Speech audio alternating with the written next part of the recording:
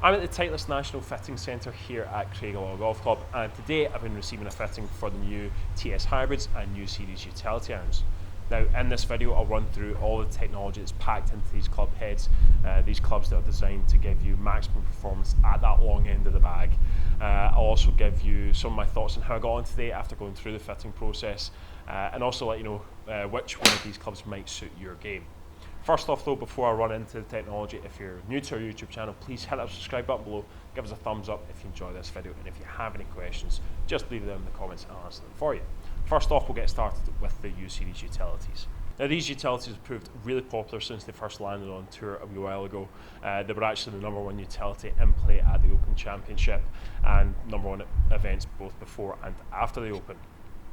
Now we've got two models here, the U500 and the U510.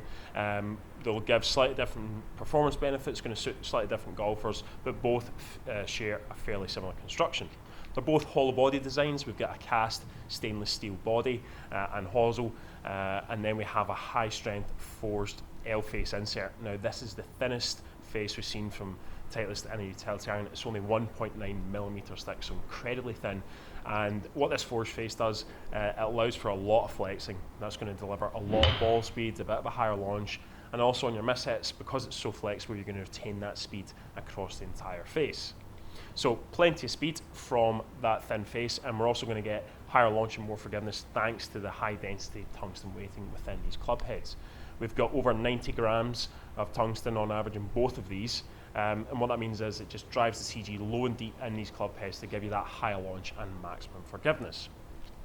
Now they're designed to give you that added speed, that added launch and added forgiveness that long iron, standard long iron wouldn't be able to give you, but deliver less spin and more iron-like performance than the TS hybrids. So if you are a fan of utility irons, I think you're going to love this new U series, because I'm certainly a big fan.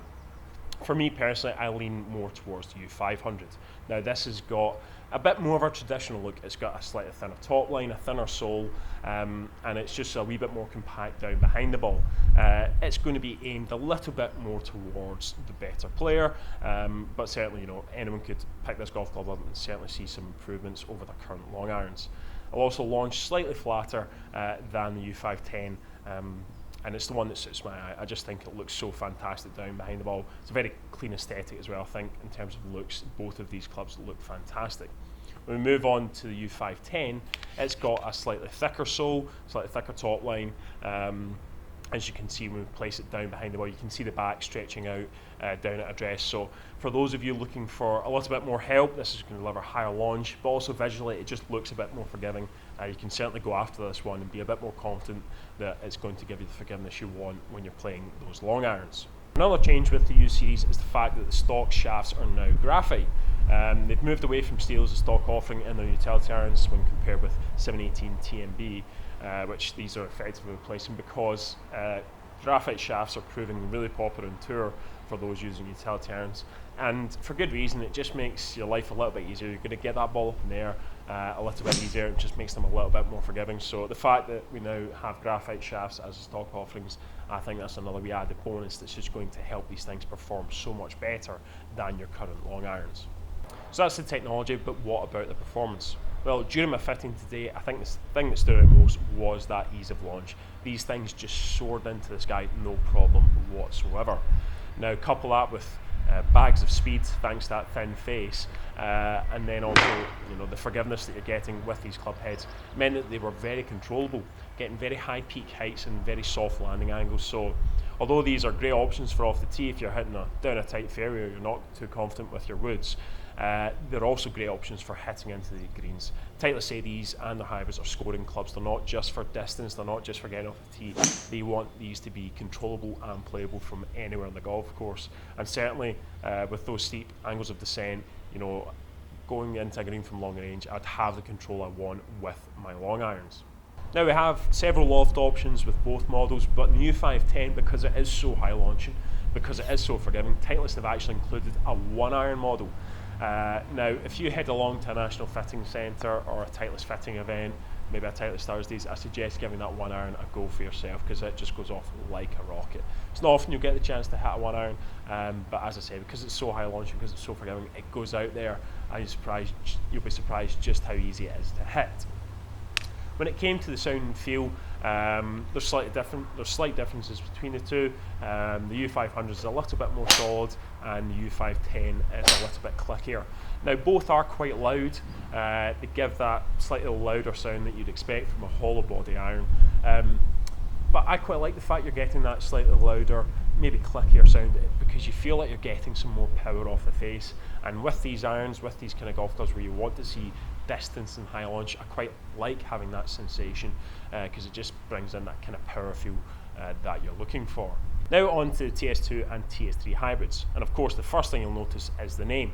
We've moved away from the H1, H2 branding of the 818 line, and we're now in line with the driver and fairway woods. And there's a good reason for that. They share a fairly similar construction and design methodology as the driver and fairway woods. These things are designed for more speed than ever before from a Titleist hybrid, but whilst retaining the playability and control you want from these golf clubs. Titleist say these are scoring clubs. They're not just to get you out of a tricky spot, they're not just for distance. These are scoring clubs. They're going to deliver for you all over the golf course. So the construction, we have Titleist Speed chassis, and it's a fairly similar story to the driver and fairway woods. We've got a slightly thinner crown, a significantly thinner face, 16% thinner than its predecessors, which means faster ball speeds and saved weight that can then be relocated to improve the CG of these golf clubs, leading to higher launch, more forgiveness. We also have improved aerodynamics to boost your club head speed, and all of this means that you're going to get more distance than you've ever had before from a Titleist hybrid, but as I said, still retaining that control. So we've got two models here. The TS2, it's going to be more suited towards people with a sweeping angle attack, those who prefer the look of a fairway wood down at address, and it's going to be slightly higher launching, slightly more forgiving. The TS3, it's a bit more iron-like in terms of its profile and how it plays. If you're a bit steeper in behind the ball, this is going to suit you. It's going to launch a little bit lower, and I think for better players, it's just going to prove a little bit more playable and versatile. But you know, across the both models, Titleist have you covered in terms of what you're looking for. We also have Titleist SureFit hosel here, so you've got adjustability. We've got the SureFit flat weight in the TS2 that can be adjusted for swing weight, and then the TS3 we have SureFit CG, which means that you can adjust your short shape bias and the CG of the golf club to suit your needs. Now, funnily enough, during my fitting, the thing that stood out most was the speed on offer. These things just pop off the club face, plenty of ball speed and plenty of distance. You then retain a nice high launch and steady spin rates to give you the control you need when attacking the pin from long range. In terms of looks, I lean more towards the TS3, similar to that of the U500.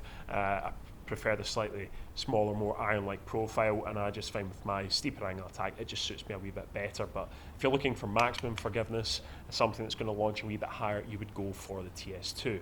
Now, in another video, we'll have a proper comparison of both the U Series and TS hybrids. I'll take them out in the golf course, we'll get some numbers, and we'll see how they stack up against one another. But certainly, first impressions today, fantastic performance all around. Getting plenty of speed to give you the distance you want at that long end of the bag, but giving you the forgiveness, launch, and control, the landing angles, the steep descent angles that you're going to need from long range if you're going to put yourself in scoring positions to, you know, maybe make birdie putts or shoot lower scores. So certainly getting plenty of speed, plenty of distance, but the control you want at that long end of the bag. If you have any questions about either the TS line or the U Series utilities, just leave them in the comments below and I'll answer them for you. Don't forget to subscribe to our YouTube channel, and thank you very much for watching.